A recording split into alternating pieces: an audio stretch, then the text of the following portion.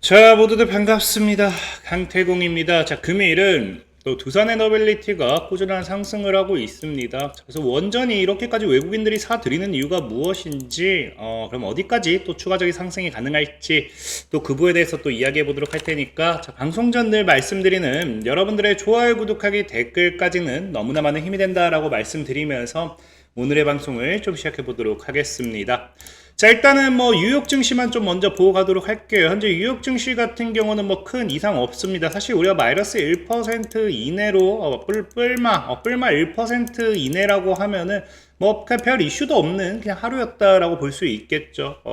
실제로 뭐 현재 본다라고 하면 시장 지도를 봤을 때도 크게 급등락이 나오는 업종들은 없습니다. 없고요. 그렇기 때문에 뉴욕 증시 자체는 큰 이슈는 없었다라고 보는 게 좋고, 다만 뭐 현재 지금 뉴욕 증시의 상황만 좀 보고 간다라고 하면은 재료 부재가 사실은 크다.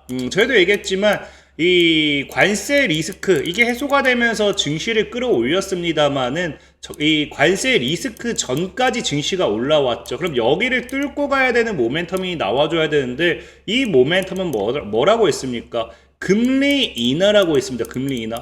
그러니까 금리 인하라는 모멘텀이 나오지 않는 이 상황에서는 결국에는 특별한 호재가 없는 거예요. 그러니까 차익 매물만 나올 수밖에 없는 거고, 그러니까 관세 리스크로서 혹시 이 빠질 때 저가 매수했던 사람들이 이 상방에서 저항대에서 그냥 차익 매물이 나오는 순간 동안은 조정이 나올 수밖에 없는 상황이다. 다만 이런 조정이 월가에서는 뭐라고 이야기하느냐?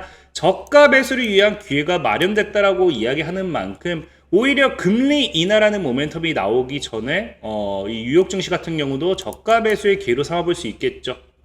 자, 그 반대로 이제 우리나라 증시 같은 경우는 본다라고 하면은 뉴욕 증시 같은 경우는 재미없었지만 그래도 우리나라는 약 1% 정도 상승을 해줬어요. 이 상승을 이끌었던 건 외국인의 수급이다라고 보시는 게 좋고, 현재 사실 우리나라 같은 경우도 이제 이 뉴욕 증시처럼 이 관세 리스크 이상까지 사실 회복은 했기 때문에 지금 자리가 리스크는 있는 자리임에는 분명해요.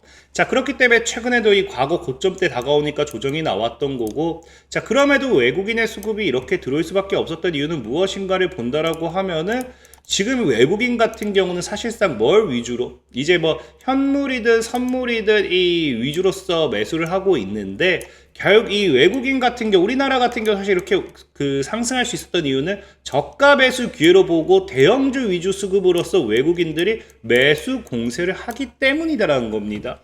그러니까 사실상의 이제 뉴욕 증시 같은 경우와 우리나라 증시의 가장 큰 차이는 뉴욕은 계속해서 상승했고 우리나라는 늘 저평가다라고 이야기를 하죠. 박스피란 이야기를 하면서. 그러니까 사실 저가 매수의 기회가 나올 수 있는 건 우리나라가 더 크다라고 보고 있기 때문에 외국인들의 매수세가 들어오는 게 아닌가 좀 생각을 해보고 있고요. 특히나 이런 뭐 현물, 선물 모든 매수가 들어오는 가장 근본적인 이유는 이 저평가되어 있는 게 사실 뭐 때문이다? 우리나라가 사실 1분기 마이너스 성장과 이에 따른 성장 둔화 우려가 뭐했다? 이미 시장에 반영이 되었기 때문에 거기에 따라 하락 리스크는 다 나왔다라는 거예요.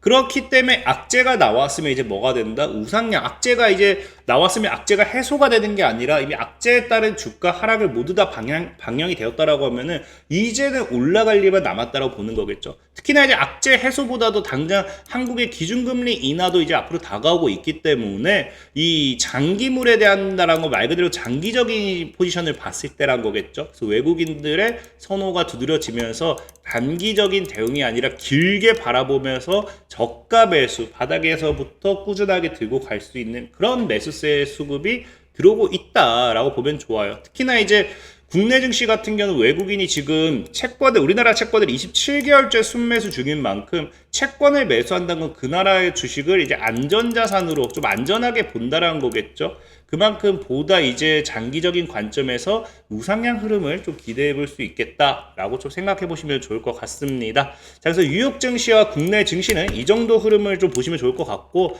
자, 그럼 본격적으로 우리가 두산 에너빌리티를 좀 보면서 공부를 해보도록 할게요. 자, 두산 에너빌리티 같은 경우는 사실 차트 흐름이 굉장히 좋아요. 실질적인 2007년도 최고점을 찍어놓고 지속적인 하락이 나와주다가 이 하락을 돌파하면서 2021년도부터 해서 근 4년 동안 지금 사실 뭐 했다? 이 박스권 행보를 만들면서 매집을 했다라고 우리가 또 생각해 볼 수 있어요. 그럼 이런 구간대 돌파가 나온다라는 거는 신고가 패턴을 봤을 때 사실 차트상은 뭐예요?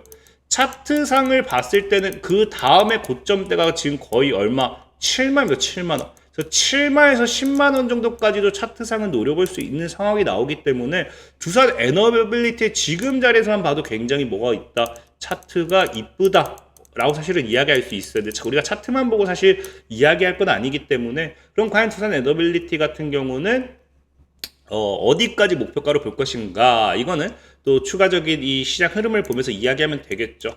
일단은 지금 중요한 거는 두산 에너빌리티 같은 경우는 뭐 길게 봐야 되는 부분이에요. 길게 봐야 되는 부분이 뭐냐고 하면은 지금 1월 1일 사실 지금 뭐 4월 달 기준으로도 외국인 수급이 굉장히 강하게 들어오고 있긴 하지만 1월 1일 기준으로 보면요, 1월 달부터 해서 지금 5월 21일까지 보면요, 외국인 뭐 기관도 강한 매수세가 들어오긴 했습니다만은 외국인들의 수급이 엄청나게 돋보이죠. 그러니까 지금 올해 사실 시장이 12월까지 금리 인하에 대한 기대감으로 올라갔었고 1월부터는 우리나라 증시가 금리 인하 기존 수정되는 전략이 나와주면서 밀렸어요. 밀렸는데 그럼에도 뭐했다? 외국인들은 풀매수를 했다는 거거든요. 그러니까 그만큼 두산 에너빌리티가 앞으로의 뭐가 하게 된다? 전망이 분명히 밝다라고 시장에서는 바라보는 거고요. 그럼 두산 에너빌리티 같은 경우가 지금 과연 어떤 전망에 대한 기대가 있는가? 사실 그 올 초까지만 해도 너무나도 우리가 기대했던 건 체코와의 뭡니까? 원전 수주 계약이었죠. 원전 수주. 거기 관련되어 있는 반사이익이 따라왔었는데 이 지금 체코 계약의 의지가 굳건하다라고 이야기하는 거는 최근에 이제 그 원전에 대한 부분이 악재가 나와줬습니다. 그러면서 원전이 흔들리는 게 아닌가 이런 얘기가 나왔는데 프랑스 같은 경우 뭐예요? 이제 프랑스의 유럽연합 집행위원이 체코 정부에다가 뭐했다? 우리 한국의 수력 원자력과 신규 건설 계약을 체결하지 말라는 내용의 서한을 보냈습니다. 이게 서한에서 끝낸 게 아니라 뭐까지 나왔습니까? 법적인 절차까지 밟았어요. 그러다 보니까 심지어 뭐했다? 체코 법원조차도 뭐한다? 그 체코와 한국 수력 원자력 간 신규 원전 최종 계약 서명을 하지 말라라고 이제 결정을 했다는 거죠. 그 이유가 뭐 때문이냐를 본다라고 하면은 현재 이제 법정 분쟁에 들어간 이 프랑스 전력공사와의 이 소송이 마무리가 될 때까지 최종 계약해서는 안 된다라는 거예요. 만약에 프랑스가 여기서 승소하게 되었을 때 이거는 어거지가 되는 거기 때문에 그 전까지는 하지 말아라는 거거든요. 근데 중요한 건 뭐다? 그렇게까지 이렇게 법적인 분쟁이 이어짐에도 뭐한다? 체코 같은 경우 그래 그럼 한국과 안 하겠다가 아니라 한수원과의 원전 계약 의지가 굳건하다라는 거예요. 굳건. 굉장히 우리나라 원전의 긍정적인 모멘텀으로서 반영되겠죠. 특히나 지금 보면은 이 굳건한 걸 보여주기까지 합니다. 최고 행정법원에다가 뭐 하겠다? 항고를 하고 있다라는 거죠. 항고. 그러니까 우리는 너희가 하는 말을 듣지 않겠다라고 보는 게 좋고, 특히나 지금 이게 이 체코만 항고하는 게 아니라 특히나 우리나라를 원래는 좀 이제 안 밀어줬던 미국의 뭐였어요? 원자력기업 웨스팅하우스사 역시도 뭐한다? 체코 원전 수전에서 한국 수력 원자력을 뭐하겠다? 지지하면서 지원 사격에 나왔다는 거죠. 그러니까 이미 미국도 우리나라를 밀어준다라는 거예요. 사실 이게 그러니까 지금 뭐 법원에 의해서 이런 법적인 분쟁이 들어서자마자 리스크가 발생한 거 아니야라고 하면서 하락 포지션을 잡을 수 있었는데, 만약에 여기서 이게 그냥 체코가 알았어 기다릴게 라고 했으면요 하락 포지션으로 이어졌을 겁니다. 근데 뭐한다? 항고를 하고 이제 웨스팅하우스 역시도 우리가 지원 사격 해줄게 하면서 이건 한국 가는 게 맞다라는 이런 굳건한 의지를 보여주기 때문에 오히려 우리나라 그만큼 뭐가 돼요? 그만큼 우리나라 원전 기술이라든지 원전에 대한 이 긍정적인 전망성을 보여주게 되죠. 그러니까 더 오히려 기대가 생기는 부분이다. 하지 말라는 걸 어떻게든 하고자 하기 때문에. 그렇기 때문에 지금 특히나 이게 차기 정권 창출이 유력한 야당도 계속 속행 의사를 내비치고 있는 만큼 분명히 여기에 대한 기대감은 더 커지는 부분이고, 자 그러면은 이게 이 기대감으로써 지금 체코가 아니죠. 이제 두산 에너빌리티가 기존에도 원전 관련되어 있는 수혜주였잖아요. 그럼 어디까지 올라갈 수 있을까가 많은 분들이 궁금해하는 부분일 거예요.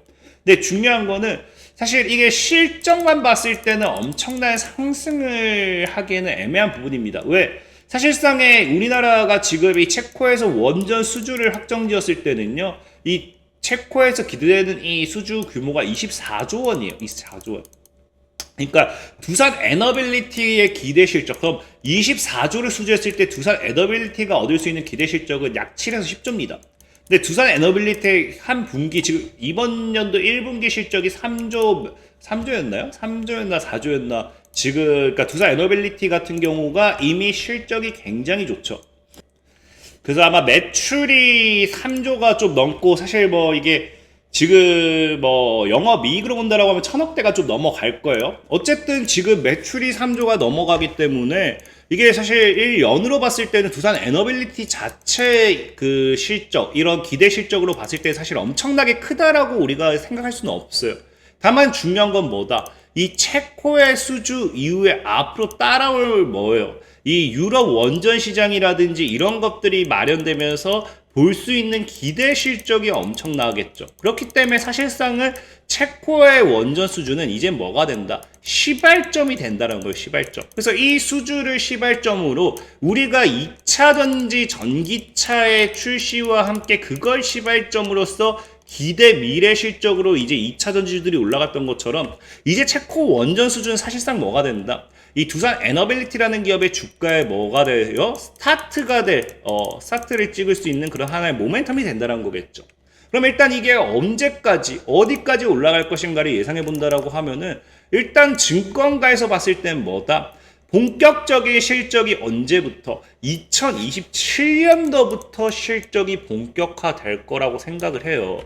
실질적인 체코 원전 매출이 언제 반영되기 때문에 27년부터 반영될 거기 때문에, 그러면 일단은 지금 우리가 예상해 볼 수 있는 거는 2027년까지는 뭐합니다. 일단은 두산 에너빌리티에 대한 홀딩 의견, 적어도 올해는 팔면 안 되겠죠. 왜? 실적 기대가 반영된다라고 하면 이 실적 본격 기대감으로 주가는 계속 올라갈 거니까, 우리가 2차 전지주도 사실상의 실적이 본격화되기 직전까지는 계속 올라갔던 것처럼, 그래서 계속 올라갈 거기 때문에 사실 우리가 그럼 언제까지 가지고 가나요를 봤을 때 적어도 26년 3분기까지는 원전에 대한 모멘텀의 수혜주를 매도한다는 건 말이 안 된다는 거겠죠. 특히나 이게 거기서 끝나는 것도 아니에요. 제가 얘기한 건 이제 원전만이지, 지금 시장에서는 이제 액화 천연가스 발전, 이 LNG선 이 수요 급증에 따른 뭐까지 가스 터빈 관련되는 반사익도 뭐한다? 지금 기대가 된다라는 거예요.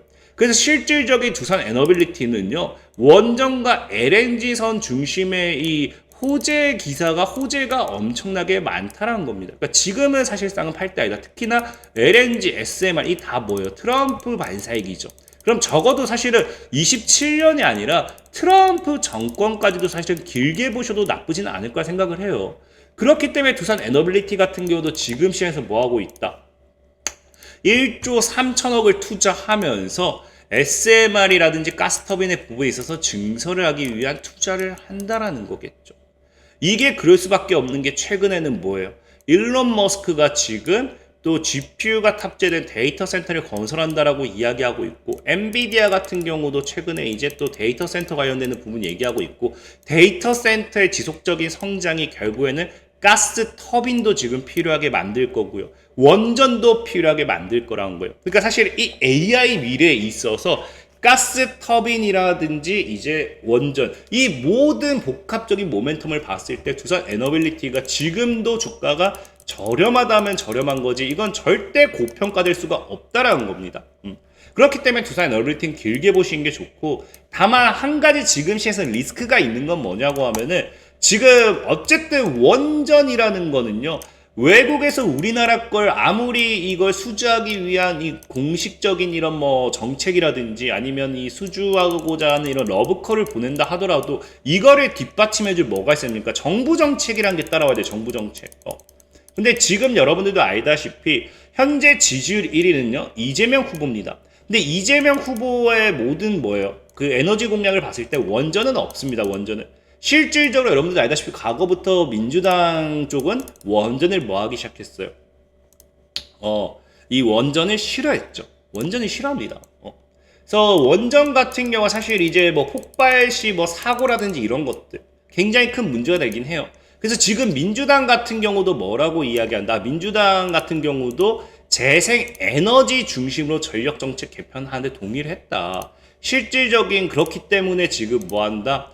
더불어민주당이 전력수 기본 계획 수립 방식을 이미 원자력 발전 등 대형 발전원에 너무 치우쳐 있기 때문에 재생에너지 중심의 전력 계획이 필요하다. 그래서 여기에 대한 부분이 이미 사회적 협의를 통해 조직 개편을 논의하도록 하겠다라고 이야기를 하는 만큼 이번에 이재명 대표가 대선 전 대표죠, 대선 후보자가 당선이 된다라고 하면은 원전에 대한 부분은 좀 이제 흔들릴 수도 있겠죠. 그래서 그 부분이 좀 리스크이기 때문에 이거는 여러분들이 대선 결과를 좀 보면서 대응을 하셔야 되는 부분이 있어요. 다만 현재 어쨌든 지금까지 원전에 대한 부분만 AI 반사익, 데이터 센터 반사익을 받았다라고 하면은 최근에는요, 신재생 에너지도 반사익을 받을 거다라고 이야기를 하는 추세예요. 그래서 실질적으로 이제 데이터 센터 확장에 따른 전력 수요가 급증하면서 이제 에너지가 공급 안정성도 필요하지만 지속 가능성도 필요하다는 거겠죠. 그래서 이 두 가지를 모두 다 할 수 있는 건 사실상 뭐다? 신재생 에너지라는 겁니다. 원전과 함께. 그래서 이거를 지금 시장에서 원전만 보다도 신재생 에너지도 같이 뭐하고 있다. 대부분 국가는 이미 병행하고 있다라는 거고요. 그래서 뭐 최근에는 이제 신재생 에너지 분야로 두산 에너빌리티 같은 경우도 진출했습니다. 그래서 두산 에너빌리티가 신재생 에너지 전환과 에너지 인프라 확대를 통한 지속 가능한 성장 동력을 확보하고 있다는 점에서는 긍정적인 평가가 나오고 있기 때문에 사실 뭐 이제 민주당이 이제 만약에 정권을 잡고서 원전에 다시 죽이기에 나선다 하더라도 어쨌든 일단 두산 에너빌리티 자체는 신재생 에너지를 통한 반사익 효과도 얻을 수 있어요. 그래서 그 부분이 과연 얼마나 반사익을 얻을지는 실질적으로 그때 이후에 가봐야 알겠지만 무조건적, 물론 리스크는 존재하겠지만 그렇다 해서 무조건적인 또 뭐 민주당이 당선된다 해가지고 이게 악재가 무조건적인 악재다라고 보긴 또 어려운 부분. 그래서 이건 지금 이런 부분은 좀 참고하시면 좋을 것 같다라고 좀 말씀을 드리고, 자, 그래서 두산 에너빌리티가 지금 차트를 보면은 어쨌든 저항 돌파가 나왔어요. 근데 중요한 게 지금 외국인 수급이 강하다라고 하지만 실질적인 뭐예요? 외국인들의 매집은 여기서 들어왔어요. 그럼 대략적인 외국인들의 평단가는 지금 한 25,000원 정도로 볼 수 있어요. 높게 잡아봐야. 여기서도 지금 매수자 들어오면서 여기서 들어왔으니까. 그럼 이 구간이잖아요. 박스를 만들었을 때. 그럼 정중앙을 보면 약 23,000원 정도가 맞지만 우리가 대략적으로 약 25,000원을 잡을 수가 있어요. 실질적으로 지금도 외국인 수급이 증가하고 있다고 하지만 이 정도 보면 과거 이제 그 비중 대비 늘어나는 게 없어요. 그 말은 무슨 말이냐고 하면은 외국인이 올리는 척을 하면서 실질적으로 기관이라든지 개인들이 따라붙이고 있다는 겁니다. 그럼 이런 상황이 나오게 된다라고 하면은 어느 순간 주가는 상승하는데 외국인들은 차익 매물로서 팔면서 이렇게 축소가 될 수 있어요. 왜? 두산 에너빌리티는 길게 봐야 되는 거니까. 그렇기 때문에 그런 관점에서 본다라고 하면은 두산 에너빌리티는 아마 외국인들의 평단 2.5를 잡았을 때 딱 2배 정도가 되는 이제 5만원 구간, 이 구간에서는 아마 조정이 나올 확률이 큰 조정. 그래서 이거는 좀 참고하시고, 다만 이걸 뚫어냈을 때는 돌파했을 때는 오히려 10만원 근방까지 오히려 늘어볼 수도 있다. 뚫어냈을 때는. 그래서 이거 참고하시면 좋을 것 같아요. 자, 그래서 오늘의 결론은, 자, 지금 뉴욕 증시는 지속 호재가 없습니다. 다만 금리 인하 외에 나와줄 만한 이슈는 없지만 오히려 금리 인하라는 모멘텀이 가장 큰 그 수혜가 될 수 있어요. 그렇기 때문에 오히려 조정이 나올 때는 저가 매수 기회가 될 거다. 국내 증시 역시도 별다른 호재성보다는 금리 인하라는 모멘텀을 기다린다 보시면 좋고요. 그렇기 때문에 뉴욕 증시와 함께 금리 인하 이후 강한 상방 기대해 볼 수 있습니다. 그래서 최근 원전 및 LNG 선호제에 따른 두산 에너빌리티의 강한 상승이 기대가 되고요. 최소 5만원 이상 볼 수 있을 것으로 판단되지만 애초에 원전주로서의 상승이 더 큰 만큼 대선 이후의 변화에 주목해 볼 것. 이제 당선되었을 때 이제 이재명 후보가 당선된다라고 하면은 또 원전을 어떻게 하든지에 따라서 또 이것이 또 크게 흔들릴 수 있다. 그 부분을 또 참고하시면 좋을 것 같다라고 말씀드리면서 오늘 방송 마무리하도록 하겠습니다. 자, 지금까지 강태공이었고요. 여러분들 좋아요, 구독하기, 댓글까지 너무나 많은 힘이 된다 말씀드리면서 자, 모두들 안녕.